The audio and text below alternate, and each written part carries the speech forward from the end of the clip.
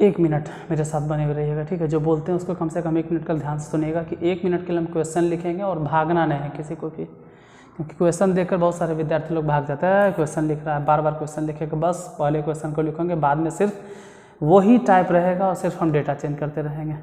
तो क्लास को स्टार्ट करते हैं। उससे पहले हाँ, आप सभी लोगों को मेरी तरफ से जय हिंद, ठीक है। हम अक्षय सर नारदगंज वाले, और अभी जो टॉपिक शुरू हो मतलब जो टॉपिक चल रहा है वो है प्रॉफिट एंड लॉस, और आज 15वां नंबर क्लास है।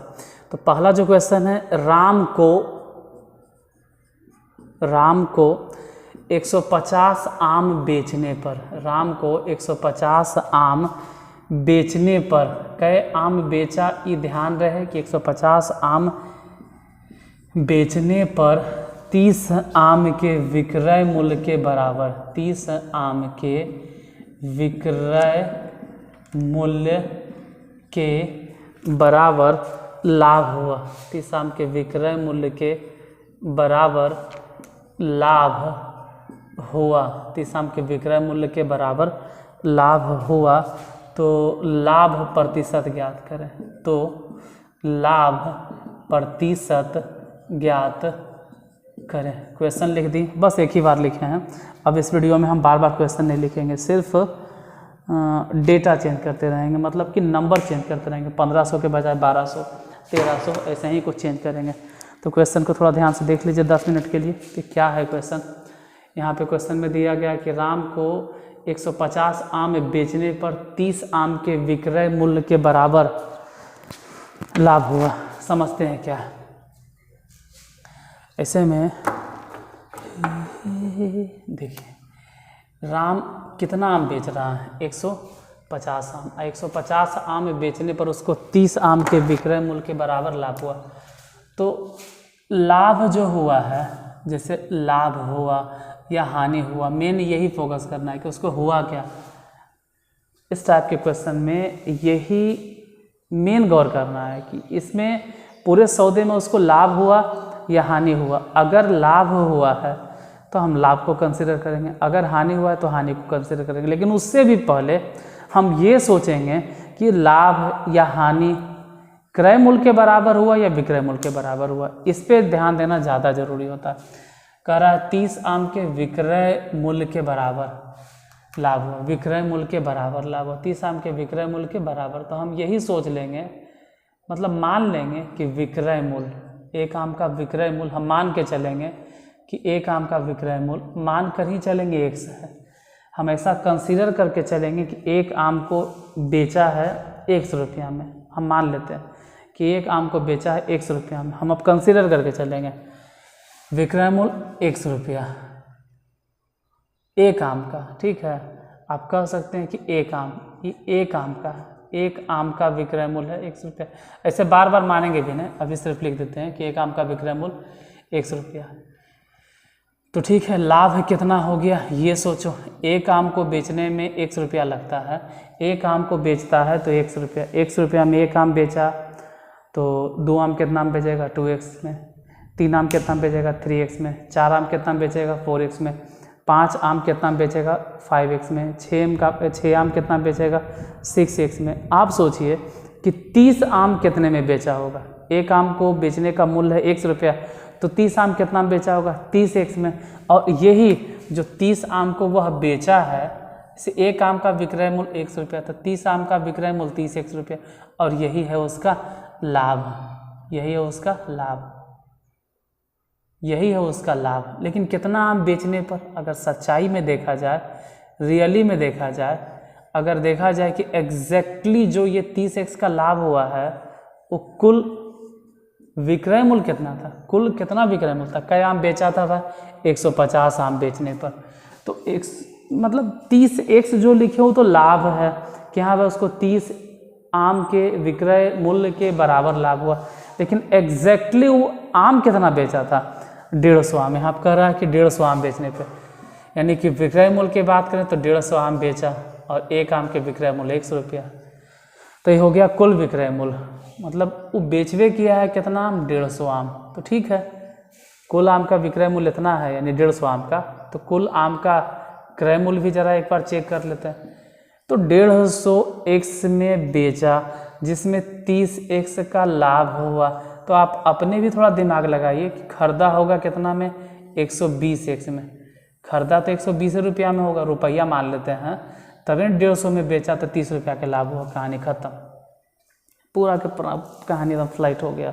यहाँ तक कोई दिक्कत नहीं। अब जो भी कहे वो कह क्या रहा है कि लाभ प्रतिशत बताइए। तो जिसका भी परसेंटेज चाहिए, लाभ परसेंटेज, उसके लिए पहले ऊपर बैठाइए लाभ को। लाभ कितना है, 30x हो गया, और नीचे हमेशा क्रय मूल्य बैठाना है। क्रय मूल्य कौन हो गया, 120x, और गुने में 100%। ध्यान से समझो, x से x कट गया, 0 से 0 कट गया, 3 4 के 12 कट गया, 4 से ही कट गया। तो कुल मिला जुला के जो लाभ आया है वो कई % के लाभ है। तो हम कह सकते हैं कि इसको 25% का लाभ हुआ। इस पूरे सौदे में इसको 25% का लाभ हुआ। हम हट जाते हैं, थोड़ा सा आप भी एक बार देख लीजिए कि समझ में आया या फिर भी अभी आपको लग रहा है डाउट है। और अगर अभी भी लगे कि डाउट है तो कोई बात नहीं, अगले क्वेश्चन को देखते हैं।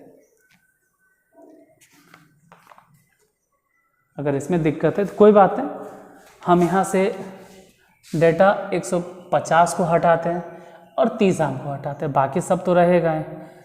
क्या पता ये सब भी चेंज हो, लेकिन अभी रहने देते हैं फिलहाल, ये सब को मिटाते नहीं क्योंकि इस सब की तो ज़रूरतें है।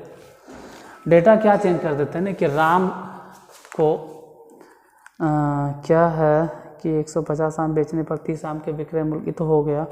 राम को 120 आम, इस बार 120 आम बेचने पर, और इस बार भी बेचने पर है, राम को 120 आम बेचने पर 60 आम के विक्रय मूल्य के बराबर लाभ हुआ। इसमें थोड़ा सा कन्फ्यूजन होता है। अभी जो हम बोल रहे हैं वो विक्रय मूल्य के बराबर लाभ है, जबकि थोड़ा सा स्टैंडर्ड लेवल में बताए तो कभी कभी क्रय मूल्य के बराबर भी लाभ होता है। तो अगर कभी नौबत आया, ऐसा सिचुएशन आया भविष्य में, कभी अगर स्मार्ट बोर्ड मेरे पास हुआ तो हम हर एक टाइप के क्वेश्चन को बताएंगे। फिलहाल अभी बकवास ना करते हुए इस पे फोकस करते हैं। फिर से तो वही सवाल है कि लाभ हुआ, लेकिन लाभ हुआ कितना, तो 60 आम के विक्रय मूल्य के बराबर। हम इसमें मान ही लिए कि एक आम का विक्रय मूल्य x, तो 2 आम के विक्रय मूल्य 2x, 3 आम के विक्रय मूल्य 3x, 10 आम के विक्रय मूल्य 10x, 20 आम के विक्रय मूल्य 20x, 50 आम के विक्रय मूल्य 50x, 60 आम का विक्रय मूल्य 60x। हो गया कहानी खत्म। 60 आम के विक्रय मूल्य 60x, और यही तो लाभ है, यही तो लाभ है। 60 आम के विक्रय मूल्य के बराबर लाभ है। लेकिन ये सिर्फ लाभ है कि 60 आम को बेचकर जितना भी पैसा मिला वो लाभ है। एग्जैक्टली वो बेचा कितना में है, कई रुपया में बेचा, तो एक आम को बेच रहा है 100 रुपया में, 2 आम को 2x में, लेकिन बेचा का आम है तो बेच रहा है 120 आम। तो एक आम को 100 रुपया में अगर बेच रहा है, लिखे हैं, तो 120 आम को वो बेचवे किया होगा 120x में। अब आप खुद समझ सकते हैं कि 120 रुपया में बेचा, रुपये मान लो ना भाई x को, और 60 रुपया के लाभ हुआ। इसका मतलब वो खरीदवे किया होगा 60 रुपया में, 60x। रुपया भी आप मान सकते थे, हम x मान के चल रहे हैं। आप यहाँ भी रुपया, यहाँ भी रुपया मान लेते हैं कि ठीक है, जहाँ x नहीं अच्छा लगता है सर, x अच्छा नहीं, तो रुपया मान लो, ये जहाँ भी रुपया मान लो, वो कुछ भी आप मान लीजिए, आप पे डिपेंड करता है। तो लाभ क्या हुआ, 60 रुपया, ये तो लाभ है 60 रुपया। और क्रय मूल्य कितना था, तो क्रय मूल्य कह सकते हैं वो भी 60 रुपया। परसेंटेज लाभ चाहिए तो 100 से गुना कर दो, हालांकि रुपया से रुपया, 60 से 60, तो पूरा खत्म हो गया। तो आप कह सकते हैं कि उसको लाभ जो हुआ है वो पूरा 100% है, तो 100% का लाभ हुआ। और इसी टाइप से फिर से अगर अभी भी आपको डाउट लगे तो एक क्वेश्चन और सही, इस बार 120 आम और 60 आम, इस डेटे को बदल देते हैं। हट जाता हूँ यहाँ से, 120 हट जा। क्या हुआ तेरा वादा, वो कसम, वो इरादा, भूलेंगे ना। फिलहाल इस हिसाब को नहीं भूलना। राम को 1500 आम बेचने पर, राम को 1500 आम बेचने पर, अब 1500 आम बेचने पर 300 आम के विक्रय मूल्य के बराबर लाभ हुआ। 300 आम के विक्रय मूल्य के बराबर लाभ हुआ। थोड़ा इसको ध्यान से समझो। क्यों आम कई को बेचा, 300 आम बेचा या 1500 आम बेचा? विद्यार्थी बहुत कंफ्यूज रहता है। अरे यार फिलहाल तो मेरा हाँ स्टूडेंट इस बात पे हमेशा कंफ्यूज रहता है कि आखिर वो 300 आम बेचा था कि 1500 आम बेचा था। तो देखो बाबू, ये तो अपना दिमाग लगाना होगा, मतलब हम तो एक जरिया है, बाकी आपको तो दिमाग अपना चलाना होगा। आप अगर इसको नहीं खोलेंगे, मतलब इसका इस्तेमाल नहीं करेंगे, तो हम बेकार हो जाएंगे पूरे। ध्यान से अगर देखो तो इसमें साफ साफ लिखा है कि 1500 आम को बेचने पर, राम को 1500 आम बेचने पर, 1500 आम बेचने पर, तो इतना तो समझ में आता है कि राम 1500 आम बेच रहा है या बेच रहे हैं, जो भी हो, राम को 1500 आम बेचने पर, तो ये बात फिक्स हो गया कि राम 1500 आम बेच रहा है। तो 1500 आम बेच रहा है तो ये नहीं कि 1500 आम बेचा सब लाभे हो गया। 1500 आम को बेचने पर उसको 300 आम के विक्रय मूल्य के बराबर लाभ हुआ। तो लाभ या हानि किसके बराबर हुआ है, विक्रय मूल्य के बराबर या क्रय मूल्य के बराबर? इस बात पे गौर करना जरूरी होता है। अगर विक्रय मूल्य के बराबर है तो हम विक्रय मूल्य को ही मान लेंगे x या रुपया, जो भी मान लो। चलो इस बार मान लेते हैं कि एक आम का विक्रय मूल्य सपोज दैट रुपया, आई लव रुपया रुपया रुपया रुपया रुपया रुपया, ठीक है। लाभ क्या हुआ, तो एक आम का विक्रय मूल्य अगर रुपया है तो 300 आम का विक्रय मूल्य हो जाएगा 300 रुपया। और ये तो ठीक लाभ है, लेकिन वो एग्जैक्टली बेचा तो 1500 आम है, तो 1500 आम को बेचा होगा कितना रुपया में, तो 1500 रुपया में मान लेते हैं। अब 1500 रुपया में बेचा, 300 रुपया के लाभ हुआ, तो क्रय मूल्य कितना हुआ भाई, 1200 रुपया। 1200 रुपया क्रय मूल्य हुआ। तो जो भी हुआ है, लाभ हुआ या हानि हुआ, उसको आप ऊपर बैठाएंगे। पहली बात, लाभ कितना हुआ है, 300 रुपया, तो 300 रुपया लाभ बैठा दो, ठीक है। किस पर लाभ हुआ है, क्रय मूल्य पर, तो जाहिर सी बात है लाभ तो हमेशा क्रय मूल्य पे होता है, और क्रय मूल्य है कितना, 1200 रुपया, तो 1200 रुपया नीचे हो गया।